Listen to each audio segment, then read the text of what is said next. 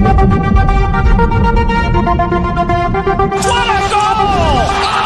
everyone, Mr. Devil here, Kenny Danico, 3-time Stanley Cup champion of the New Jersey Devils, and you're listening to the Uncle Pucker's New Jersey Devils podcast. Let's go Devils!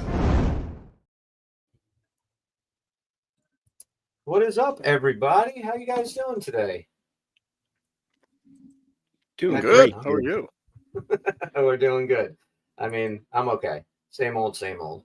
But we are live on the Uncle Pucker YouTube channel. Me, Bob, and Mr. Tim. We got kind of some fun stuff to talk about today. Figured since we have a 2-week break in the NHL action, I mean, we are going to talk a lot about the Four Nations coming up and stuff, but kind of want to go over just some of the players that are on this team right now, overperforming, underperforming, and kind of give our grades of how we feel as far as their production this year. So, you know, we're going to start in on that, but anything, any news, anything you guys want to touch on before we dive into that shit? Yeah, we got to talk about our future goalie before we go anywhere. We watched the Beam Pot Challenge last night tournament. Tim, I know you were watching it, right? Yeah. We were going back and forth. Man, this kid looks good, huh? He had 43 saves out of 44. His previous high was 25. He's got a .951 save percentage in his 5 college games to upset number 1 BC. And what was the whole tournament, right? He saved 69 to 71 shots. Yeah, 972, I think, was his tournament save percentage. Unbelievable. And BC is fucking loaded. Like, you know, they have that Ryan Leonard kid. They have James Higgins, who's going to be first overall or top 5 now. He's kind of slipping a little bit. I watched the third period. Because I told you guys I was getting sucked in on Ryan Reynolds movies. So I watched the third period. Did Jack Hughes decide to help BU out for a little bit before he headed up to Montreal? Or who's this Jack Hughes kid? I don't like that there's another kid playing hockey named Jack Hughes. Like, there's only one, and he's ours, and you can't have him, BU. It's very odd to hear them saying Jack Hughes. Like, I texted you guys, I'm already in my mind looking at this guy being, this is our next goalie, like our next big goalie. I'm just convinced of it, watching him play and his size. And then they mentioned Jack Hughes. And I forgot for a second that I was not actually watching any Devils. I was just watching some college kids. Yeah, it's just like, you know, I had this name before that No Talent Ass Clown started winning Grammys. Michael Bolton. All right. Fuck you guys. You got to go watch Office Space. Jesus Okay, Christ. It was an Office Space joke. Okay, Yes. Gotcha. Sorry. I do have a question. My name. I have a question about college hockey in general. I don't follow college hockey. In all fairness, the only hockey I follow is the NHL.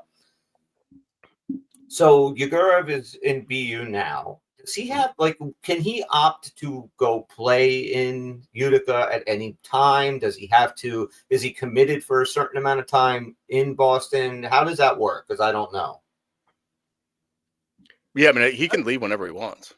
Okay, that's what I was curious. But I mean, I don't think he's going to. But yeah, No, I think he'd have to sign like a pro contract and all that, right? All that stuff. But yeah, I'm pretty certain he could just leave whenever he wants.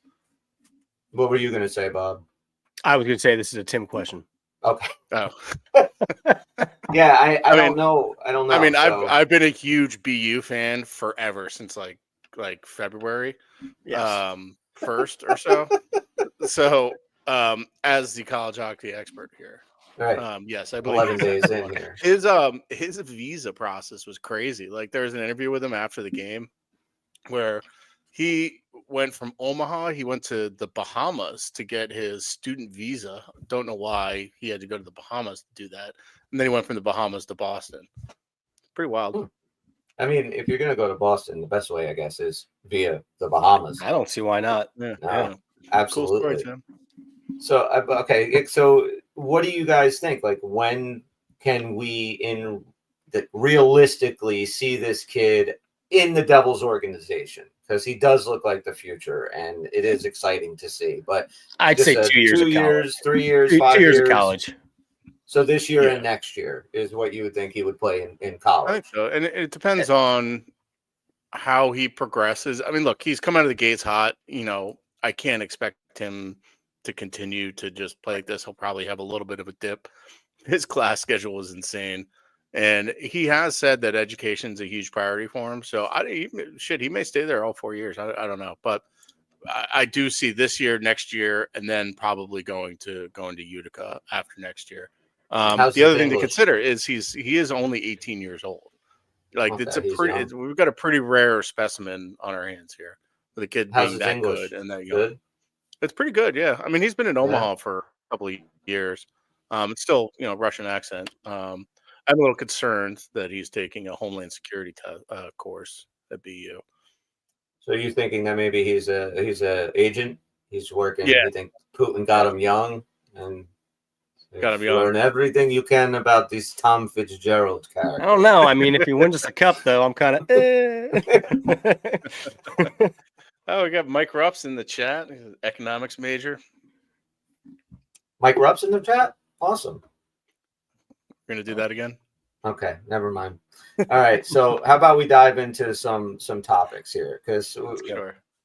we were doing a lot of talking about our bottom six. I think everybody's been talking a lot about our bottom six. And we kind of have a little bit of data here to look at. We're going to start, though, with the top six, which I think how they're projected and stuff look pretty good. So if you see here, we have this graph for anybody on the listening to us and not watching us. So we have a graph of the Devils' top six players. These are the guys who have been playing majority of the time on the top six. It's Jack Hughes, Jesper Bratt, Nico Hischier, Timo Meier, Stefan Nason, and Andre Palat. We have their stats from the 23-24 abysmal season. We have where they are in the second graph here in the middle, where they are this year through 57 games. We have their games, as I say, that games played, goals, assists, points, and plus minus. And then for ESPN.com, we have their projected stats from before this season started. And then way on the far right over here, you can see this is if they keep up the pace that they're at, this is where they probably will end up. So we can kind of juxtapose that with what was projected and where they are right now. So as you guys can see, our top six has, for the most part, done what was expected of them, and some of the guys even more. So Jack and Bratt have played all 57 games this year. Jack has 24 goals, 41 assists, 65 points. He's a plus 11. I still like the plus and minus. I know a lot of people don't. I still like that stat, especially over the course of 50, 60, 82 games. You can kind of really get a feel of a person's, in my opinion, their defensive liabilities. It tells us story. And then when you couple that with, talk, what kind of forward is it? How many minutes does he get? How much game time is he playing? It does start to stack up. When you got people who are up there and plus 10 and above and all that, it does tell a little bit of the story for sure. So, Jack has 65 points right now this year. Bratt has 64. Nico Hischier has 43. He's only played 51 games. He's missed the 6 so far. Hopefully he'll be back and won't miss any more, which is actually kind of weird when you think about it, right? These projections from ESPN, they were made before the season started. They projected Nico Hischier to play 76 games. He's played 51 with 25 games left. If he plays the rest of the games, he plays exactly 76 games. It's a little weird. That's some Chris Voodoo shit right there. Right? The wizard shit. Wizard shit. They really crushed Timo on his plus minus projection. Yeah, Jesus. They did. Well, if you go back to before this season started, Timo Meier was a minus 28 last year. So those are the numbers that they're going off of. Okay. So, yeah, I can kind of see where they kind of projected him to be a minus 21. So, Jack Hughes is projected at 88 points. Right now he has 65. He keeps on the current pace. He can very well crack 100. Jesper Bratt can be right under there at 95, 90 to 95 points the way he's going. I mean, he already has 49 assists. I'm sorry, that's the wrong one. He has 47 assists. So Timo Meier, now Bobby had him at like 56 points. I had him at 63 of what he would, most likely end up with. He's only projected at 57 points this year. Now, they did project him playing 72 games only. He's only missed the one game that he was suspended for. So he's been healthy this year. So hopefully those numbers are more in the higher 60s than they are in the high 50s. Stephen Nason's been a really nice surprise, right? So he's played 55 games. He missed the 2 when he had explosive diarrhea. He's got 18 goals, 13 assists, 31 points.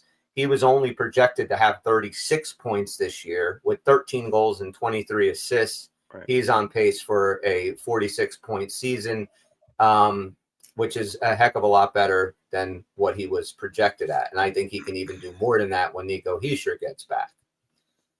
Now, we bitch and moan about Andre Palat, and this is dead on, I think, where we always say that he probably shouldn't be playing with Jack and Brad, and he probably is more of a bottom 3 player. Well, he played in the bottom 6 player. He played in the bottom 6 most of last year, where he only played 71 games. He had the 11 goals, 20 assists, and 31 points. They had him playing projected at 74 games, 13 goals, 19 assists, 32 points. If he keeps up this pace, where he's only missed 2 games, he already has 12 goals, 10 assists, 22 points, he's going to probably end up with 35 points. He's projected for 32. So Andre Palat's pretty much right on. But the question comes, should he be playing with Jack and Brad and getting those top line minutes? ESPN knew before the season that he sucks too. Right. Yeah. So projecting those points, fine. Projecting 32 to 35 points from a top 6 forward, unacceptable. Right. Unacceptable. I'm with you. Like everyone else is either above or right on. Like even Nico's a little bit below. If you look at his average, right? Like he should, if he plays the next 25 games, he should have, if he keeps up this pace, he's only going to have about 65 points. He's projected at 72. Yeah, but he's so good two-way now, and he's all the defensive responsibilities. Anything you get with him is like extra. And we saw him get hot. He can get really hot for a while too. I wouldn't be surprised if he ends up with the 70-something points. And also, like if you look at like the ratio of goals to assists, like he's, 24-19 is where he's at now. Right. Relative to relative to where they projected him out at only 30 goals. So that those two could potentially be flipped, where he might be at a 40 goals, 30 assist guy. The way he's scoring this year, yeah. And it's like, and Brad's kind of the opposite way, where he's piling up the assists, but he hasn't been scoring goals as much as we would like we talked about last one. Timo's interesting, man. Like he's doing everything like we want him to do from his play style, but he's just not producing. And like I was looking at his kind of career stats and his usage and stuff like that. And like if you look at like his career kind of averages, he's never really topped out a lot of points. Like that's we talked about that, but a large chunk of his good numbers like have come when he's on the power play. And in San Jose, he was like that number 1 guy. He's getting about 2 minutes less of ice time a game relative to his peak years in San Jose, and that's probably largely power play time that he's not getting here, being on that first power play. So we still need to see more from Timo. Like we need to see more production from him. I'm going to dive in a little deeper. Well, let's do that then. We'll get off of here. You want to do the grades first, and then we'll dive into Timo? Yeah, we can do that. Yeah. Let's grade our guys. You want me to make this big again? Or are you guys good? What's that? It's good. Okay. So, I mean, if you go with Jack Hughes, right? I mean, for me, he's been in solid A all the way around. I mean, you can take some of his little lapses here and there, the turnover here and there, which sometimes, ends up in the back of the net. But all those things, in my opinion, that comes with the territory. Every year, this kid has gotten better. And you see his raw talent, and you just say, wow, 3, 4, 5 years. He's one of the best in the league. I give Jack Hughes an absolute solid A. What about you guys? What order are we going? We'll go me, Bobby, and then you, Tim. Yeah, I agree. Solid A. All the points you mentioned. You're going to have a little bit of risk with Jack and the way he plays, but I'll take that any day of the week. He's dynamic, drives our team, and he's doing just fine. So yeah, easy A. Oh, is it? Yeah. I know people. The country is about to speak, so everybody buckle up. I give Jack an A-, simply because he has very specifically cost us a couple of games. This is true. Very, very specifically won us a couple of games too, though. That would be 7 game-winning goals to date. He's supposed to be winning games. He's not supposed to be losing us games. So that's why I'm giving him an A-. I may be a little bit harsh on him, but I honestly, like, I love Jack, but we've seen him at his peak at the beginning of last year when he was leading the league in scoring. He had 20 points in 9 games or something like that. We still haven't seen that yet. I don't think it comes and goes. Like in January, he had a stretch where he had a 3-point game and then was -4 for 3 straight games, and then had a 3-point game and then had a couple of brutal games. So I think that kind of little bit of inconsistency, some of the turnovers have been pretty egregious. He's still learning, and he's still kind of coming into his own. I still don't think we've seen the best of this kid yet, but I agree. That's why I'm being probably a little harsh on him. Did you have some tough parents that you got to justify an A- that much, man? I mean, A- is freaking good. Yeah, I'll take the A-. Yeah. I'm not going to fight you on that. I mean, that's a good one. All right, Jesper Bratt. Through 57 games, he has 17 goals, 47 assists, 64 points, second behind Jack Hughes by 1 friggin' point. He's also a +9, a lot more time this year on the penalty kill. Jesper Bratt is dynamic. He is a fantastic skater, fantastic stick hand, the puck handler. I mean, he just makes guys look stupid sometimes. My biggest concern with Jesper Bratt, and this was our discussion the last show, is I want to see him pot a few more goals than what he's doing. Yeah, he can definitely be up there in the Jack Hughes territory, mid-20s right now, if he finished a little bit more. So for that, if we're going to go plus and minuses, I'm cool with that. Jesper Bratt gets a B+ to me. He's the dynamic guy that drives play just as much as Jack. If Jesper Bratt goes out for a couple of games, I know that Jack Hughes will pick up the slack. I kind of don't feel that way when Jack is out and Jesper Bratt's got to pick up the slack. I feel like there's times that he's had to do that and he doesn't. Whether or not he is a big game clutch player remains to be seen. So that I'm kind of worried about. But as far as his play right now, through 57 games, B+, second best player on the team, forward wise, generating offense wise, I should say. My opinion, not the second all-around best player, but B+. Yeah, I got to go just above you on that. I mean, he's 1 point behind Jack. He is dynamic. Sure, I'd like to see him pot a couple more here, but he's definitely an A-. I don't see how I couldn't give him an A- when he's only 1 point behind our leader. So I think Bratt's got all the tools. He's got everything you need. He's so much fun to watch. We've talked about it just a few years now in a row. He'll always pull off this great move coming down the wing, sneak through the forward, and then it just wasn't a goal. But in saying that, he still has 17 goals and 47 assists. So, yeah, I'm not down on the guy at all, despite me starting a fight last week. So, A-. All right. Yeah. I like how Chris was like, our discussion last weweek. Well, it was a discussion. Our fisticuffs. Come on. I was tossing and turning in my bed all night. Like, I should have said this. And then here's Timmy, A+. The jerk store called and they're looking for you. That's a good one. I would have had nothing to say to that one. I didn't think about it 1 second after we end recording. I've been staring off into the distance, just thinking about it.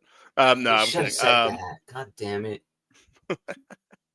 So what do you got for Mr. Bratt now, Tim? I give him a B+. Same thing, we've seen him take a step. He has been. The finishing could be a little better, but he's making up for that with his playmaking, I think. But he needs to score more goals, and when this team goes cold, we need him to step up. And I don't think he's fully stepped up to what we need him to be. And maybe our expectations are a little bit too high for that. I know he does make a lot of money, but relative to other guys that kind of make his money, the type of money that he makes, he's doing pretty well. And relative to the guys that are close to him in points wise, he's well under that. Add in the penalty killing, add in the plus playing, add in his defensive game.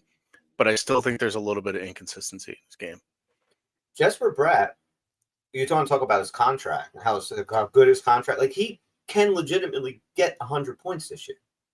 I mean, that is completely not out of the realm of possibilities. And if he does, it even gets into the 90s. You're talking about a guy under $8 million that gives you 90 points. That's a it'd be the quietest 100-point season ever. Yeah, you're right. Yeah, wouldn't it? Yeah, and because he got 85 assists. I had a very salient point, and I forgot what I was going to say. Anyway, we can move on. Bobby said, "Yeah, say what you said before. Maybe you can trigger something he can remember." No, yeah, nothing. All right, we're moving on. Oh, Nico yes. Hischier. Okay, I remember. With Brat. So we've seen this every year from him, where he kind of does this little bit of a winter swoon. I don't know if it's like bad for his hair or whatever it is, but he kind of disappears a little bit in January. And he's like Kyler Murray. Like a new Call of Duty comes out, and he just focuses on that. That's speaking of which, I saw something funny the other day. Since Patrick Laine really was lighting it up in Montreal when he first started his first 8 games, and then a new Call of Duty dropped, and that was his issue, is that he was up all night playing fucking Call of Duty. Ever since his issues, I've seen this dude without his helmet on and his visor. Like, I don't know, meth might be his issue. Like, I mean, the joke is that since that new Call of Duty launch, he has 0 goals and 0 points. That's the Kyler Murray effect. Yeah. So, all right, let's dive into Mr. Hischier, our captain, our injured captain, who hopefully will be back after the 4 Nations. He played 51 games. He's only sat out the 6 at the most recent 6. 24 goals, leads the team. Will tie the team in goals with Jack, 19 assists, 43 points, so plus 11. Look, it's Nico Hischier. I mean, this guy has turned into, between last year and especially this year, one of the top 2 or 3 best defensive forwards in the NHL, and he's only going to get better. He's fantastic on the dot. He drives play. He finishes. One of the few finishers I think we have on this team. I love Nico Hischier. I hope he's a Devil forever. I give him a solid A. I mean, him and Jack, they are the pillars of this franchise now and moving forward. Nico Hischier has done nothing to deserve anything less than that for me. Bob? Yeah, dude. I mean, I actually, for all he does, for being the captain, for the captain he became, for the points he's able to put up when he needs to, and just his all-around game, I actually really wanted to have this be my A+, but I just can't in good conscience give him an A+ at 22-something points lower than Jack, despite the fact that he plays a different role. So I'll give him a solid A as well. He's everything we need him to be. And like you, I really hope he's here for a very long time. And I think for my money, if only one of the 2 were to spend their whole career here, I feel like it's going to be Hischier. I could be wrong, but I feel like he's the guy that would retire a Devil. Not that Jack won't too. It's just if I had to pick, But I love his game, so he's definitely an A. Can I? Yeah, I don't. It's the easiest A there is. I mean, just his usage, his first penalty kill, first power play, first guy to take faceoffs in every zone, every major faceoff, he's out there. Just does everything for this team. He takes the hard matchups. I was thinking about giving him an A+, but because he got hurt, that knocks him down to an A. Yeah, I was actually thinking, do I give him the A+ too? So I think we're all saying he's absolutely deserving of it. And it's just an anchor of this team. I love him. And I think that these last 6 games, Devils would have been a lot more consistent if he was in the lineup. So 100%. They need to get him back. Yeah. All right. Yeah, I mean, we've seen how this team more or less crumbled when like they've been actually playing like dog shit since he's been out. Yeah, so, I mean, it looks like he's skating again. It looks like he should be back after these 2-week break, so that would be awesome because I think we open up again with Dallas, right? And I think we have a back-to-back, Dallas and Nashville. So, yeah, it would be nice to have him in the lineup for those. All right, player number 4 of our top 6 here, Timo Meier. All right, guys, Timo has played all but the 1 game he was suspended. Like I said before, 56 games. He's had 15 goals, 23 assists for 38 points. He's a plus 12, 38 points through 56 games. Now, according to ESPN, they say that Timo Meier is projected to hit 57 points this year. At the rate he's going, maybe. So anyway, Timo, for me, I like Timo Meier. I do. I like it. He he's one of those dudes, like, you don't see him giving up on plays. I feel like he always plays hard. He's always trying to do the right thing. He's a pretty smart hockey player. He's got a great shot. It just seems like this year he's been like the unluckiest dude in the NHL. Like, he's had golden opportunities and he can't bury them, which happens to just kind of be a theme with this team. So his production is off. He gets paid a lot of money. I said before, I'll say it again. I'm really hoping that Timo Meier can redeem himself come playoff time and be the type of player like we all think he can be. And a lot of talk about him. And we saw it for a short time against the Rangers. New to this team, but he was fantastic in that series. He got under Shesterkin's skin. He didn't produce offensively, but he produced in a lot of other ways that were really visible. Like you just saw when Timo Meier got on the ice, he turned that series in some of these games. Devils had no business going 7 and winning it. And Timo was a big part of that. So that's what I'm hoping. And I hope come playoff time, he can, turn that physical play, that annoying kind of style, and turn it to actually making some positive goals and, helping this team. Right now, Timo, I got to give Timo Meier right now a C-. That's where I am with him.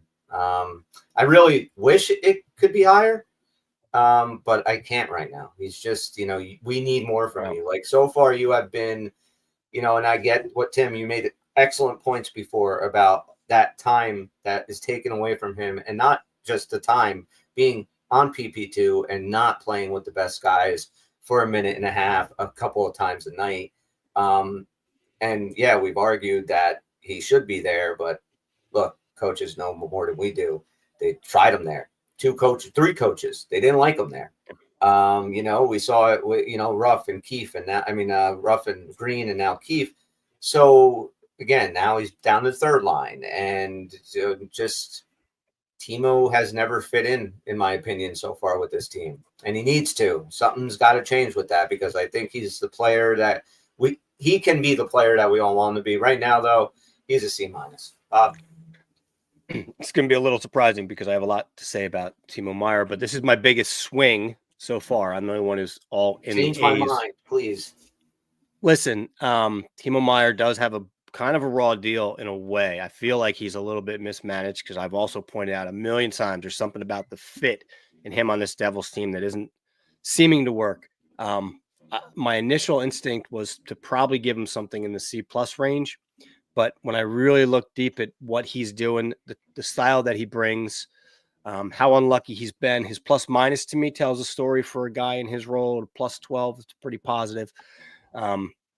He's still the power forward that we need him to be. There's a clutch gene that's missing right now, or whatever. I'm going to go B- because I do understand intangibles in hockey, and I do understand different looks and what the guy brings other than the scoreboard. I'm also basing that a little bit on what I think Timo Meier can bring. I just can't bring myself to put him in the C category yet, so I'll make him a B-.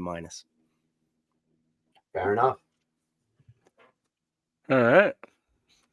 I thought you were going to kill him. I did too. I have a feeling you might, though, Tim. I'm going to give him a C. I mean, it's all great. It's all well and good. He's playing the way we want him to play, right? And you look under the hood a little bit, like his shooting's the same, his play style's the same. He's actually leading, I think, the NHL. I thought his shooting was way off. His volume, like the amount he's shooting, is up, or is just about the same as it is. His shooting percentage has dropped from about 13 from what it has been like in his peak years. Even last year is at 13%. It's down below 10 now. Okay. So this guy needs to finish, man. And it's the same story with Jesper Bratt. When this team was struggling in January, we needed guys like him to step up and start putting the puck in the net. Like and it's great. Timo's a great player. He's doing everything we want him to do, but that finishing has got to start happening. Like we are struggling to score goals, and I think there is a little bit of unluckiness to what's going on with him. Like, I mean, he hits like a post a game probably, but again, the amount of money that he makes, Like he needs to be finishing. We're obviously paying him to do more than just score goals. Obviously, like he's never been like 100-point guy or anything like that. And he didn't have a single point, I don't think, in that entire Ranger series, and was probably our best forward. And I think that is a necessary element that we need from him. But like what Chris was saying, his role, like what is his role? Where does he fit in this lineup? Right now, he sits fourth among forwards fifth amongst forwards in ice time. Jack and Nico are above 20 minutes. Then it's Bratt and Dawson and Timo all around 17 minutes a game. So we'll get into Dawson, but I just want to see more production wise from Timo. And I did this little analysis, I don't know, a couple months ago when Timo was still struggling to score. And it did look like historically he scored about 30% of his goals in the month of March and April for whatever reason. There's a couple games in April. And no other month he was higher than 18%. So I think it's coming, and I think that may be part of his kind of stick. Like he's a good shooter, but he's also a volume shooter. He just throws the puck at the net a lot. And kind of hopes for the best. And that I think is kind of a bit of a luck thing. Once they start going in for him, I think they're going to come in bunches. And this happened last year too. Remember, he finally came back, was finally healthy, finally had his own line where he's kind of driving the play. Yeah. And he scored 13 goals in March last year. So I'm hoping that comes for him. Like he's one of the guys that I just really want to succeed. You know, he's not going to be put on the power play one like I think he should be. Like I think he should be in that spot that Bratt's in. I just don't think Bratt's the trigger guy that should be in that spot, and I think Timo is. But like you said, I'm not the coach. But for all intents and purposes, his defensive game has dramatically improved. Bobby pointed out his plus minus. I'm not a huge plus minus guy. I think it leaves out some kind of critical information and is largely a team and on ice stat, but. It does tell a story over the course of a season. Like if you're a bad negative, like that's a problem. Like if you're a good positive, that's a good thing. And it kind of over the course of a season, I think it does tell a little bit of that story. Yeah, I mean, and just the fact that sometimes you need it over 2 seasons. I mean, minus 28 last year, plus 12 this year. So that's a big improvement gap right there. Right. Yeah, exactly. And DJ and Mike are agreeing with us in the YouTube chat about Timo. So. Okay, that's great. I also think we might have to put the bottom 6 on hold because you mentioned Dawson Mercer, and I honestly think I left him off of these charts. That's all right. We'll just get through Nason. Do I have Mercer on here? F fucking minus. You had to pick 6 people, so I have to check that target. Yeah, I mean, I have to check that next. But I mean, we can do it anyway. I am gassing up the car to drive him to Buffalo for Alex Tucker. So, I'm with you, but we're going to talk about. Okay, so let's leave Dawson Mercer as his own separate entity because he might not be on this team come 2 weeks time. So then, just to wrap up, Timo, the dude, I like everything about him, but again, if Jack and Nico were injured, and luckily this year we haven't had them both out, but we have in the past. When you're putting a team on the ice and you have Jesper Bratt, Timo Meier, and Dawson Mercer, Andre Palat, like we have last year in stuff, like these guys should be driving play. These guys should be winning us games, and they didn't. Like that was the most disappointing thing about last year. Like, I know Meier was hurt a lot of the year, but like that's back to Bratt. But like these are guys that have to pick up the slack when certain dudes are out. And Meier, I mean, I don't know if it's luck, if it's just like Bobby said, it's just not a fit, but something's got to change because he is better than this. And I love the guy. I want to see him tear it up. Want him to see that big bull that we all know he can be and just piss people off. But for whatever reason, it's not fitting here. I still feel like in the grand scheme of things, he should be on Jack's wing. Like, I know it didn't work. I get it. But like, it just still feels like that's the right fit for me. When you look at like Jack and Bratt and their size and their style of play and you throw in Timo, like I still don't understand how that's not working. I'm with you. I'm totally with you. It's the kind of there's only one puck theory, I think. They all like to carry the puck, and I think it works with Jack and Bratt because they play off each other so well and it works so well together. But Timo is a very puck dominant guy, and I think that's why it kind of works with Mercer every now and then, because Timo's a puck dominant guy and Mercer's not great at driving play, but is good at finding it's good at finding the soft areas. Do you guys see the chat in the YouTube? No, I don't. I don't have it up. Why? What are they writing? Just DJ. It's like Timo and Jake Evans are going to tear it up. I agree. I mean, if you had Jake Evans centering, was he being sarcastic? Because I think that, I think Jake Evans is a great ad. yeah, I mean, if he's playing in the middle of, let's say, a Meyer and Cotter, I love that idea of a line that's Cotter, Meyer, and Evans. I think that they can be pains in the asses. They can piss off. They can score goals. They can get under a team's skin. I like that. But let's jump up to Stefan Nason. Right? I think everybody will say a very pleasant surprise this year. Again, missed only the 2 games, 18 goals, 13 assists, 31 points. Now, Stefan Nason was only projected to have 13 goals and 23 assists for 36 points. He's only 5 points away. He's on pace for a 46-point season, give or take. 45, I can't read that. Doesn't matter. Dude, I love what Stefan Nason's brought to this team. I love him. I thought that the move of moving him to power play 1 was brilliant.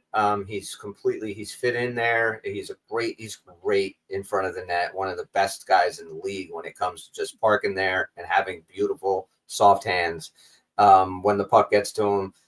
I mean, it seems to me, though, I said it before, he has been non-existent since Nico Hischier has gone out. Like, he needs Nico for some reason. Like, they work great together. Stefan Nason needs him back. But as far as a guy coming in that we all liked in the offseason, not only was he with us, so we knew what kind of player he was, but then to have a couple of years under Brindamore, like, you just knew you were getting a much better Stefan Nason. And we did.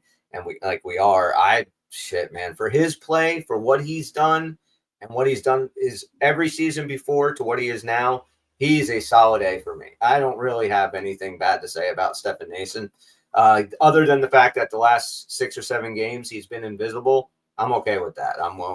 He sure will be back. So I give him an A. I love him. And I think he's the type of dude, just to wrap up what I'm going to say, he's the type of dude that is going to give you clutch playoff goals. Like, come playoff time, Stefan Nason's going to be a dude that's going to contribute for this team. So, A for me. Bob? I'm all about Nason. I was about him when he was here the first time. Knew he'd be even better the second time. He's better than advertised. And I think it's going to be consistent for us, too. I think he fits with us. So I don't think this point production is something that we're not going to see in the next year or two. He's just brilliant in front of the net. He's got a little quiet lately, but I think that he's everything this team needs, that type of guy. I agree with you completely. This is the type of guy that's going to get big goals in the playoffs, maybe even steal you a whole round. But just for the way he's played right now, I almost brought him down to a B just because he's been quiet of late without Nico. But I can't do that. For what he gets paid, for what he's here to do, he's a solid B+. Okay, another B+. Yeah, are we grading on a curve? Like relative Instinct? to in terms of yes, I know what you're saying. What have you got to look at the player and the part that they're playing, what they were brought in for, and what they're doing. Okay. Is that what you're saying? Yes. Because you can say, yeah, Stefan Nason only has 31 points. That's a C. You need to score, but he's not here to score more. So I get what you did. I think that's what you're trying to say, right? Yeah. All right, so I'll give him a B+. Okay. I think he was A+ until December, and then starting in January, probably B-. So somewhere in between. That's why I give him a B+. That switch with Timo on the power play again. Sacrifice Timo, but then you come up with Nason and just the way he and Nico play off each other in the bumper net front, depending on what side of the ice the puck's on, is just they do that so well. And when he's in that net front, his ability to just operate in such tight spaces in a little phone booth with the puck is pretty remarkable. And I totally agree with you about he's going to be that grindy playoff guy that's just going to show up. And you saw it in his comments that he made the other day, about caring and needing to step up. I feel like there's a leadership role that he has, and and that goes beyond the ice and the rink and everything. Every single guy, I saw, I don't know, one of those cutesy little TikToks they do. It's who throws the best parties on the team? And to a guy, they all said Nason, because he's the guy. The second he came back to New Jersey, they're all going over to his house for team parties and team barbecues and stuff like that, and hanging out. I want to go to Stefan Nason's house. Yeah, chill a little. You just I see you just like peeking over the fence, like what Right. do you I guys bought doing? deviled eggs. Hey, Let's hey just guys. come in like a Hey, Stepford mom. I got a keg of Rolling Rock. Who wants in? I got a party ball in my trunk. Come on, let's go drink it. All right. The next guy, Andre Wadeno, Palat. He's played 55 games. Now, keep in mind, he has spent the majority of this season playing with Jack and Brat. He started in the third line, but it was quick that he was moved up. So 12 goals, 10 assists, 22 points. Andre Palat was projected to have 13 goals, so he's right there. 19 assists, he's 9 off the pace, and 32 points, he's 10 off. I have him at around 35 points for the year. Look, Andre Palat's been a fucking disappointment since he's been here. You know, he was the big get. You know, got Johnny Gaudreau, R.I.P. Johnny, who didn't sign, and like 2 hours later, we had Palat. It was I don't know if it was a desperate signing, if it was I got have to do something, have to do it quick. But Andre Palat, when he came over, we were expecting the guy that won 2 Stanley Cups with Tampa Bay. We expected the guy that scored clutch-ass goals. We expected the guy that teams didn't like to play against because he was just a hard forward checker. He was a badass. He'd hit you. He'd do whatever. And he was a guy for Tampa Bay that without him, they don't win those cups. Kind of like what we're saying Stefan Nason can be for our team. But Palat's also on this fucking team and hasn't done any of those things. Andre Palat seems like a decent enough guy. I mean, it seems like he's got the personality of fucking grass, but I'm giving Andre Palat a D. I mean, he gets paid a lot of money and he has not done shit. He gets a fucking D. He has got to become a lot more. Look, he had played good in the Ranger series. I'll completely give you that.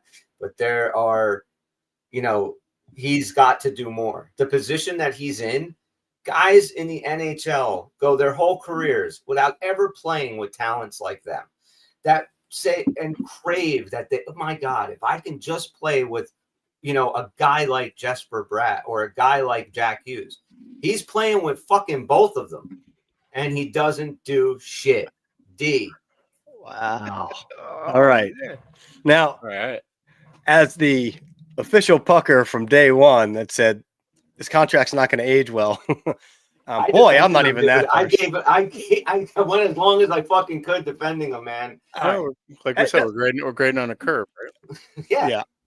Listen, you bring up great reasons why he should be a disappointing grade. I mean, he has primarily played with the top line, and he has roughly 1/3 the points of those two guys. So there's a big story to tell there.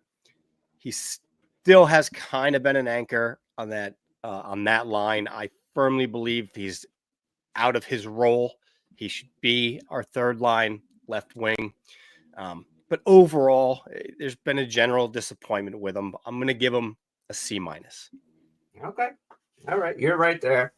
Tim, tell us why we're both wrong and we should all love Andre Palat and his 12 points or whatever the fuck he's got. I give him a C+. Okay. This is the hardest grade, I think, out of everybody because a lot of what he does doesn't show up on the score sheet, right? That's the kind of so they tell us. But like, I kind of think those are the guys being like, say. Yeah, I feel like that's a lot of the guys being like, yeah, I can't. Really I already used that from my Timo grade. That's my B-. Right. Yeah, like they can't be like, yeah, well, he fucking sucks. I wish he wasn't here. Like, I guess Andre's, give him the wrong address to Stefan's house or something. I don't know. Okay, but he does. Yes, it's not like he's not out there working. I'm not saying that. Right, and that's the thing is he puts on his hard hat and comes to work every day. You can see the work there. He's not coasting. He's still working hard in the corners. I'm frozen on screen, so you have been for about a half hour now. It's a real good. Always the ugly ones. Just freeze right up on you like that. Yeah. Oh, great. Thanks, Bob. Appreciate that. I'm gonna go cry in my soup now. Damn it, totally derailed me. Playing with Jack and Brat is very difficult. And I think he needs to there was a period there of about 10 games where he, was scoring goals and was doing kind of a simplified game. And I feel like he's gone away from that a little bit. Now he's fumbling the puck on rushes again. The plays go to die on his stick again. He's still digging around in corners and getting pucks out, but like their ozone time has not been good. And if he's going to be that guy to go in and get the puck, I just don't see it happening right now. It's the whole team. The whole team hasn't been playing very well, but another guy that we probably could use a little bit more from. And his numbers have kind of fallen off since he came from Tampa. He was playing with Point and Kucherov in Tampa, I think, and there's really no difference between playing with Jack and Brad. So he should know how to play that game and adapt that game. The other interesting thing is he's no longer killing penalties. Like I don't think he gets any penalty kill time anymore. If he does, maybe it's like 15, 20 seconds. So the value that he brought there just doesn't exist anymore. So, all right. We're going to do a quick little commercial for DraftKings from the Hockey Podcast Network, and then we're going to wrap this conversation up. And we're going to actually do the bottom six on the next show, and then we'll do the defense. We got 2 weeks, no games, so we'll fit these grading things in between other shows and the Four Nations and all the other fun shit. So we'll be back in about a minute or so. This NHL season has been as predictable as a puck rolling on its edge. No one knows where it's going, but that just means that there's time for your favorite team to figure things out. Unless, of course, your favorite team is the Rangers, then we don't want them to figure it out. And there's games left for you to get in on all the action at DraftKings Sportsbook, an official sports betting partner of the NHL. And it's super easy for first-time users. You've never bet before. You're kind of interested in it. You don't want to go overboard. It's super easy, right? Just download the DraftKings Sportsbook. Just pick your favorite team to win. Just one time, that's it. You go on, you pick your team, you place your bet, and hopefully you win. And if you're new to DraftKings, listen up, because new customers can bet just $5 and get $150 in bonus bets instantly, which is great because you can use those bonus bets for futures. Like, hey, I think that, Nico Hischier is going to get the Selke, so I'm going to throw that 25 or that, some of that $150 bet on that. I think that maybe the Devils are going to win the Eastern Conference. Maybe you think that the Knights are going to win the Stanley Cup, whatever you want to bet on. And it's not just hockey, it's every sport, from golf to lacrosse to whatever. So just download the DraftKings Sportsbook app now. Use code THPN. That's code THPN for new customers to get $150 in bonus bets instantly when you bet just $5 only on DraftKings. Gambling problem? Call 1-800-GAMBLER in New York. Call 877-8-HOPE-NY or text HOPE-NY 467-369. In Connecticut, help is available for problem gambling. Call 888-789-7777 or visit ccpg.org. Please play responsibly on behalf of Boot Hill Casino and Resort in Kansas. 21 plus, age and eligibility varies by jurisdiction. Void in Ontario. Bonus bets expire 168 hours after issuance. For additional terms and responsible gaming resources, please visit dkng.co/audio. NHL and NHL Shield are registered trademarks of the National Hockey League. NHL and NHL team marks are the property of the NHL and its teams. NHL 2025, all rights reserved. Once again, DraftKings Sportsbook with code THPN. The crown is yours. Did you restart, Timmy? I'm still frozen. I did not restart. All right. Comments there, making sure that you've got the authentic jersey, and it's the lighting that's making it look flyer orange. Oh, it's the lighting. Yeah, it's the lighting. No, fire orange. Come on, man. Fuck, dude. That's the lighting. Oh, he was like, "No, not my favorite podcaster." Oh, you got plans. I got it at a flea market, and this guy named Pedro said it was real. I paid $35 for it. Vote for Pedro. So, all right. So, yeah, we wrap it up with Palat, and I'm kind of with you.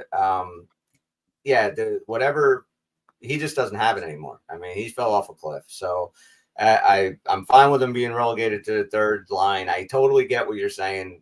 He should it's hard to play with those dudes. But yeah, he played with Point and Kucherov. He should be able to play with them. And don't think for 1 second that Alex Tuck isn't sitting in Buffalo going, motherfuckers, let me play with him. I swear I will do better than him. You know, I mean, you got to get somebody for him. Yeah, and I saw we'll do the kind of bottom 6 and the D later, right? Yeah, we'll do that another show. So let's just kind of finish up with trades or whatever you want to talk about. And so there's this rumor today, or not rumor, I guess it's been reported today that Jared McCann is now officially on the block. So he's another one of these guys, and that would kind of push Palat down the lineup. I think, and I think really it's Tuck, Raquel, McCann, or Besser. I don't know if I think Vancouver hangs on to Besser because they're kind of back in the playoff picture now. Yeah. The McCann rumors obviously came out today, even though I wrote it in my blog like a month ago that he would be a guy we should look at. And Raquel, like we've talked about him before, I think it'd be great. I think the only issue with Raquel is he's been a little bit fragile and has had some injury history. But I think with the season he's having now, you kind of swoop in and take that risk. But so those would be the kind of top guys that I think we need to look at and going the other way. I don't see any other way. Yeah, I don't see any other way around it that it's got to be Mercer, just to make the type of money work. Like Puckpedia reports right now that we have like $5 and change million in available deadline day cap space, so we can make one of those guys probably work. With like I don't know, some kind of retention or some sort of shenanigans on it, but I just think it's got to be Mercer going the other way because we still, I think, should bring in an Evans to play 3C. And I'd even like to see them take a run at Trent Frederick, too, for even more depth. I mean, you got to dump quite a few guys in the bottom 6. And when you see the numbers, when we do the bottom 6 on the next show, holy shit. Like, talk about not performing. I mean, they have been almost invisible. So yeah, we basically haven't been playing with the bottom 6 at all, other than Paul Cotter, who has been more than we expect. And Paul Cotter is the kind of dude that can play anywhere. But I would like to see Paul Cotter, like if you went and got Jake Evans, who we all saw in Montreal, they were shut out. He played a great game. Jake Evans centering Palat and Cotter. Like I like the idea of that. I think that can be a really good line. And the fourth line, on the other hand, that's a mess. I don't know what we're going to do unless you do get a guy like Frederick, and then you can move Cotter down to the fourth line and you keep bashing Lazar and get rid of Tatar. But, it's a mess down there. But I agree with you. You have to get one of those 3 dudes. Which one would you guys want in what order? So you're saying Jared McCann, Ricard Raquel, or Alex Tuck. Now, I haven't heard anything about Alex Tuck getting traded or that we were even interested in him. There was one of those clickbaity trade rumor Denmark sites put it out there. That someone somewhere reported that it could be. I love the idea of it, and I do too. And we've been talking about it for a couple months, man. Like he is that guy that we should get. I've been banging this drum that we need another right-handed sniper for Jack. He's big. He plays hard, but he has a no movement clause or no trade clause, I think, and is from Western New York. So it would. I don't know if the Devils are on his team or what. So I think it's close enough. You know what? It's not fucking Anaheim, but exactly. Still 6 hours, man. That's not that bad. Yeah, I mean, we have Utica affiliations. You drive right by.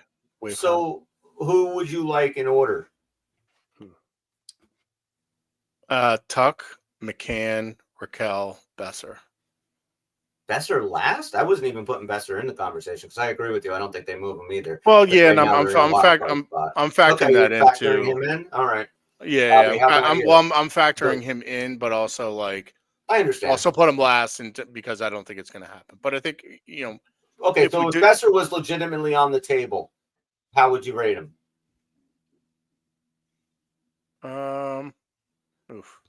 Probably ahead of Raquel, to be honest. Oh, I don't know, man. All right. How about you, Bob? I can't honestly. Tuck number one. Tuck's like 1, and then the other 3 are like 1B. Okay. All right. I'll buy that. Well, I didn't think we were going to include Besser like you said, but he's my pick right now. He's just a guy I think would fit. So I would go Besser, McCann, I guess Tuck, then Raquel. I mean, Raquel's just what he's doing is just amazing. But I don't think we have a snowball's chance in hell of getting him. So Who, Raquel? yeah, I don't know. I mean, Pittsburgh's probably going to move him. But they might not. I mean, they're basically trading contracts if it's Mercer. It doesn't make a ton of sense for Pittsburgh to do that trade, I don't think. I think they just get younger. They just get younger. Yeah, they get younger and they kick in at a late round pick or something. Yeah, maybe a little bit faster. They pick a guy with exactly. Someone put out there that would be like Casey in a second and a third. I think it was JP Gambatese put out it should be like Casey in a second and a third for Raquel. It's like, what the fuck are you talking about? No, that's insane. No, that's way too much. That's insane. I get there's term on his deal, but like he's 32. And Mercer and those draft picks I'm okay with, but not Casey. Yeah, exactly. Like I think, and A, we need to free up money, and B, without Mercer, then that kind of allows the lineup slotting, I think, to work a lot better. And what do you guys think, though? Because in all honesty, we have outrageous depth on defense in Utica. And we have a lot of guys with a ton of potential. And I understand, like, the way I feel is, like, I know that it's probably one of those guys, like, Nemec or Casey or, whoever else. They're really those two. But, like, that one of those pieces are probably going to have to be moved at some point.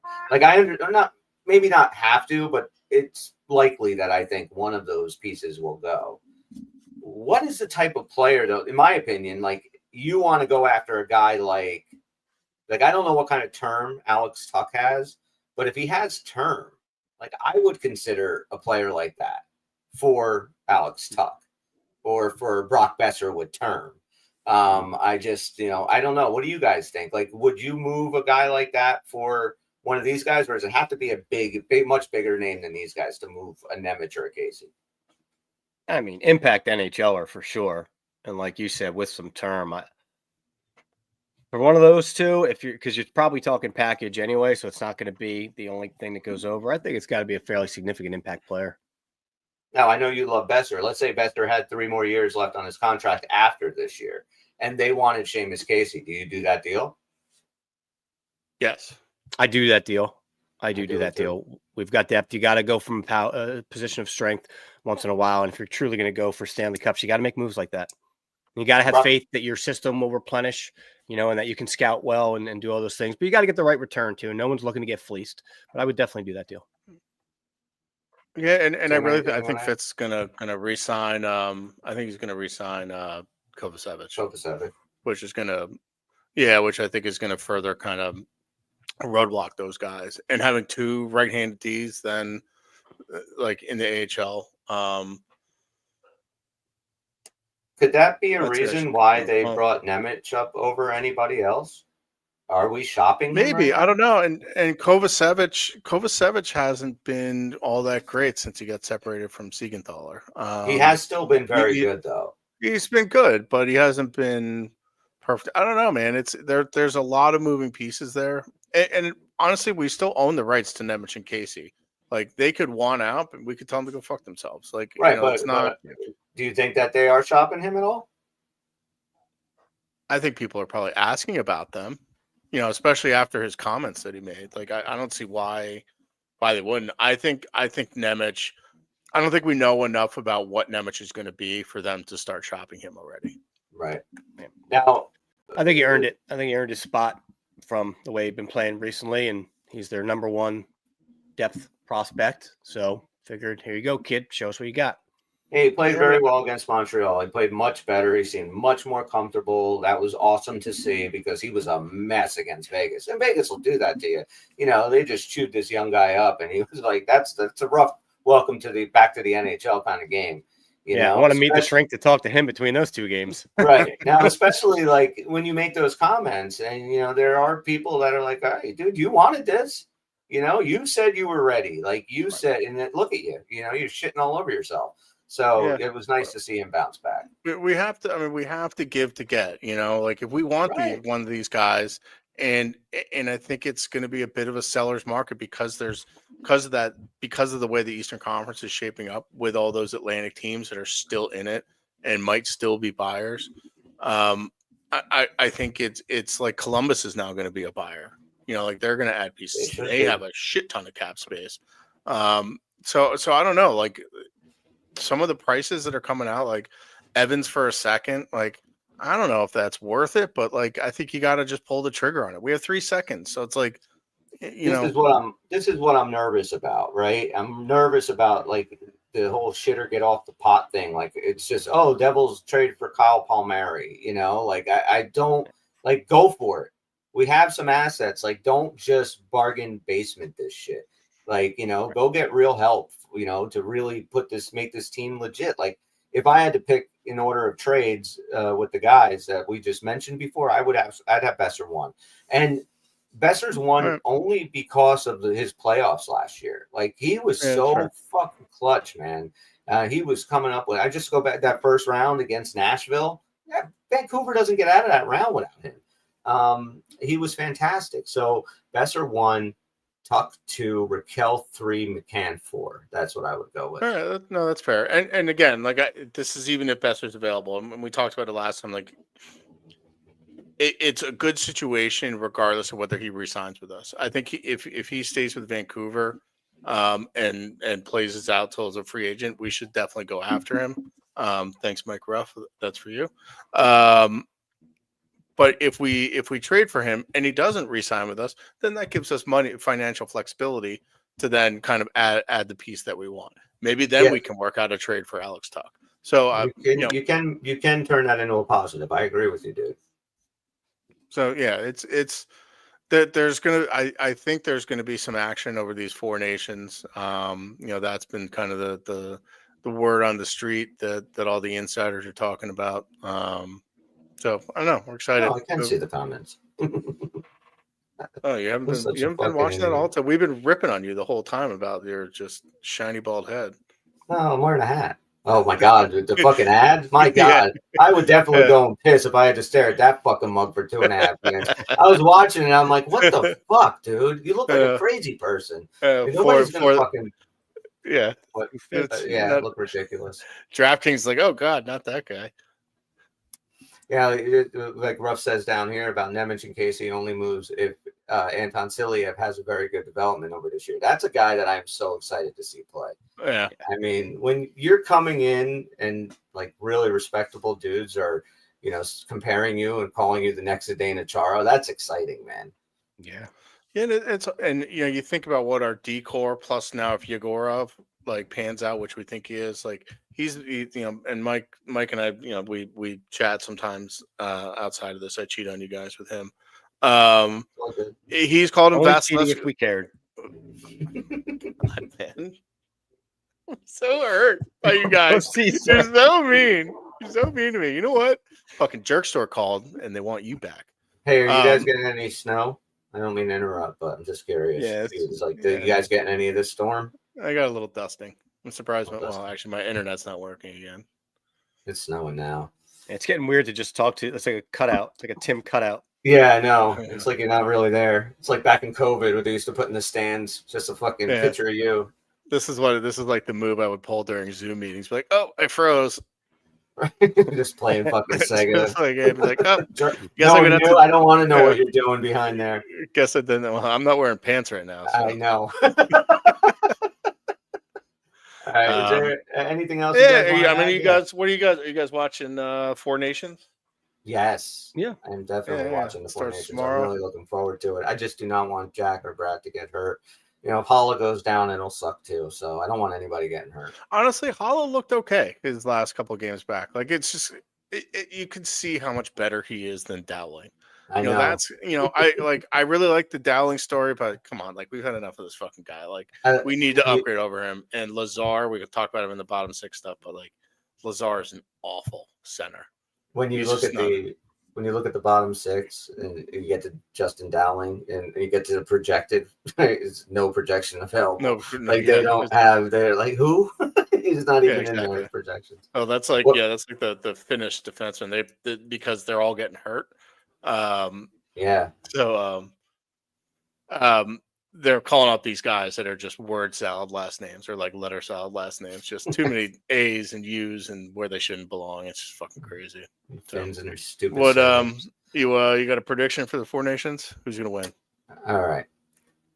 Four Nation prediction. I'm gonna say that. You know what? I'm gonna go with the U.S. The goalie situation, I think, is really good. I think Connor Hollbuck has a fantastic series. He's the MVP. The United States beats Sweden. Ooh. Bob, USA all the way. Simple who as they that. beating in the finals? Canada. Okay, Tim. I think the U.S. is going to beat Finland. Even though I just dogged Finland, they just play this style of hockey that is just hard to play against. And in a 4-game limited series, that would be an absolute disaster for the NHL.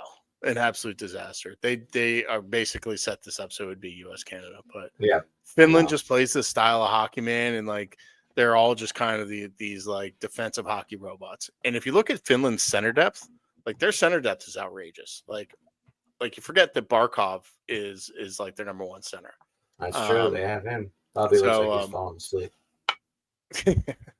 What do you got to add, Bob? I know you had something you want to talk about. Well, we've been teasing. We're going to do a little bit of a deeper dive into Timo. I don't know if we have time for that, but I just have some numbers here that I just put an interesting spin on it. And we know how much Timmy loves numbers. Oh, God. So I got Timo's salary and points for his 9 contracts that we've had so far, right?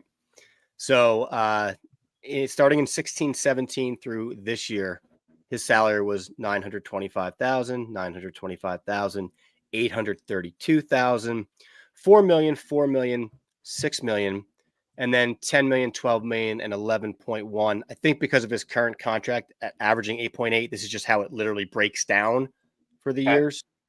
What we're looking at here is that when Timo Meier was at his most valuable point cost, so per point, it cost in 2018, 2019 for when he made $832,000, he had 66 points, which means that each point cost just over $12,600.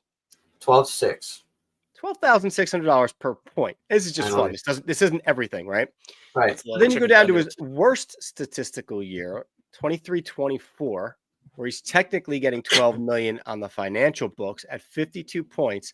That costs $231,000 a point. Drastic difference from some of his younger years. So let's throw out real quick the 12 million, 11 million a year that he makes. Let's just use his cap hit. Okay. Right. So in the last 2 years, he's making 8.8 million at 52 points last year and on pace for 56 this year.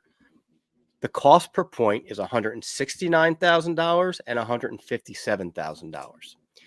I bring this up because Mercer, another guy who's got quite the contention with us as far as his value with the team. Timo's value the last couple of years, Mercer would save you $87,000 a point. He's $87,000 a point cheaper. So Mercer comes in less amount of points. Right. So like this year alone, Timo Meier is just about $200,000 for a point, and Meier is $111,000 for a point. But again, if we want to use the 8.8 million, it's $87,000 per point versus $46,000 per point. I just found that interesting. It's not like this isn't the whole story. Timo plays a different game, but we shit on Mercer so much lately for his production and production value, and he's actually a more affordable asset for what you're getting looking at strictly points alone. Now, there's games played in this and there's injuries, so I didn't take all that into account. But the bottom line is Timo Meier started his career with 6 points, then 36, 66, 49, 31. He had a 76-point campaign in 21-22, a 79-point campaign in 22-23 when he got traded, and 52 and 56 since then. This guy is not a point machine. This guy is not the next coming of anything. This guy is just a fleecer. Like everybody just knew projection wise, that's why he earned these contracts. He didn't earn it on what he did. He earned it on a good year and then the production of what he should be able to do. And he's never even sniffed it. 52 points and 56 points versus 79 is very different. He's not even a point a player since 22-23. So it's one of two things. I know Bob is in cost saving mode, so that's where he came up with it. To tell his management. Yeah, he's like, I know. He's like, wait a second, fucking budgets, budget cuts. So guess who is third in the entire NHL in expected goals for? This includes Leon Draisaitl at 5-on-5. This includes Leon Draisaitl, Connor McDavid, Nathan McKinnon, Jack Hughes. The NHL, we get it. The entirety of the NHL. Guess who's third? Third in what was the expected goals? Expected goals of 5v5. Is it Timo? It is Timo Meier. Really? So that means by that metric, he's the third most effective forward in the entire. Wait a minute, those are expected goals, but they haven't gone in. So how does that work? Exactly. So Timo is also the second worst forward at expected goal differential, meaning his real goals versus expected. It could be goals. the best at something and the worst at something.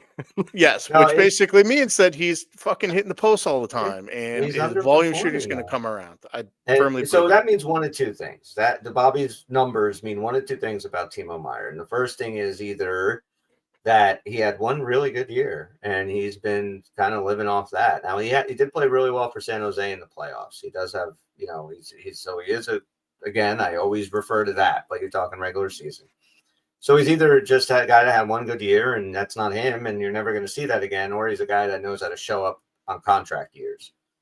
Because even if you look at the contract year and what he did in the playoffs against the Rangers, I would have definitely re-signed him too.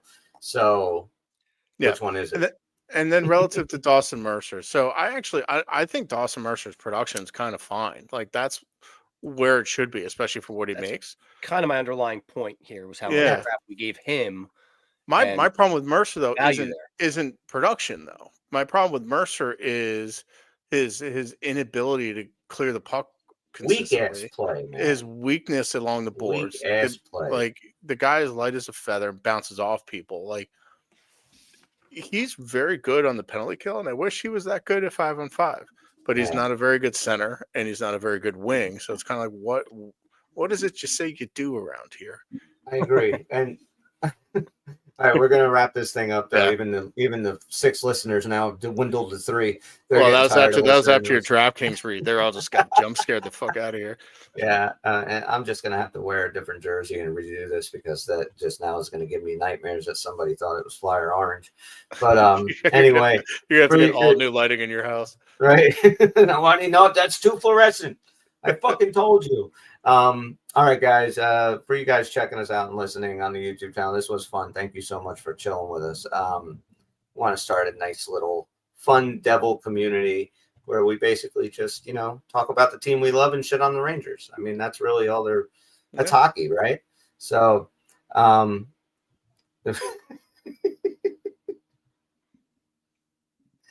the last comment. That's a good one.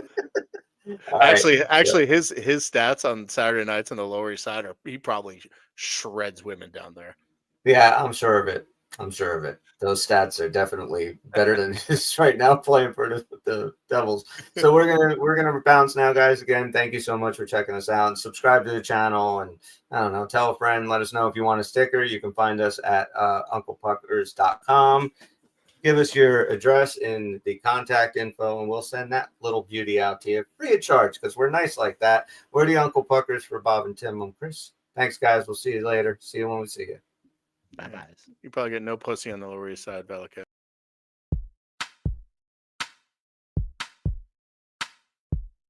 It's over, Johnny. It's over!